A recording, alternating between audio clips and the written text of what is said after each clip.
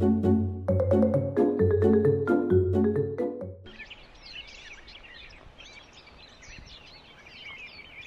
is important to take the time to understand color because colors can undermine or support your artwork. For example, here's an illustration I did for a picture book written by Dashka Slater called The Sea Serpent and Me. The story is about the friendship between a sea serpent and a little girl.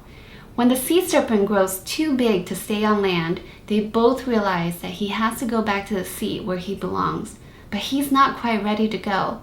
I wanted to depict the sea serpent and the little girl feeling both sadness and hopeful because in the story, they don't want to say goodbye. So when I began choosing a color palette for this painting, I experimented with colors for the background that were similar to the colors in the characters, so that every element of the image was in harmony.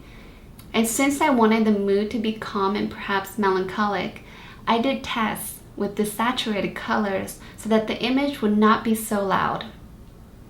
In the end, I used my instincts to decide which colors were best for the image. You will notice that I say I experimented and I did tests.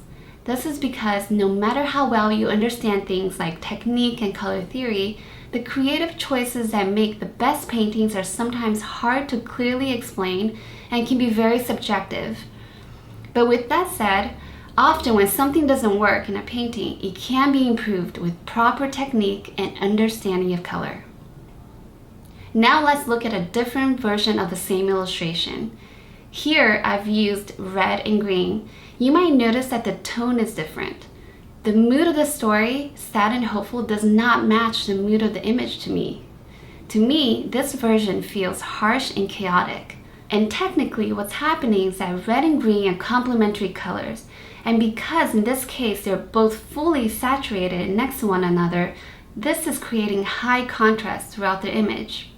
So this is where understanding color theory can help you make a better choice, and proper mixing technique can help you execute that choice.